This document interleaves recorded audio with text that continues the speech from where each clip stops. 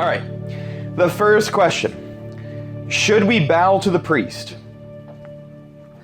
And it's combined with a second question that's pretty much the same. I have noticed that the lector will bow to the tabernacle, then bow to the priest before stepping up to the altar at St. Margaret of Scotland in Foley. Is that a correct practice? So those are two of the same questions, essentially. But I want to correct that second question first. During Mass, no one bows to the tabernacle. It's only bowing to the altar.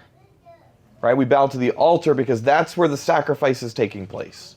The tabernacle contains the sacrifice of a different Mass.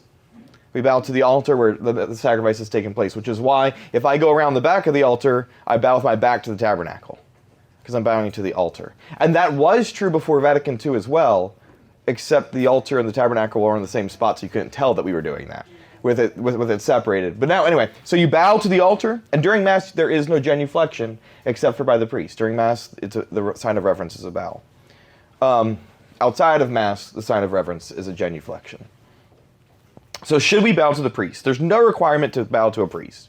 There is a tradition in the church of bowing to prelates, so bishops, honorary prelates called monsignors, the Holy Father, cardinals, etc.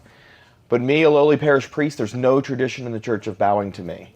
There are traditions of kissing the palms of priest hands as a reverence to the chrism that they were consecrated with, but it would be the palm, right? There in some cultures, especially in Asian cultures, there's a tradition of touching the priest's hand to their head, and that's a sign of blessing from a consecrated hand. But there's no tradition for bowing to a priest.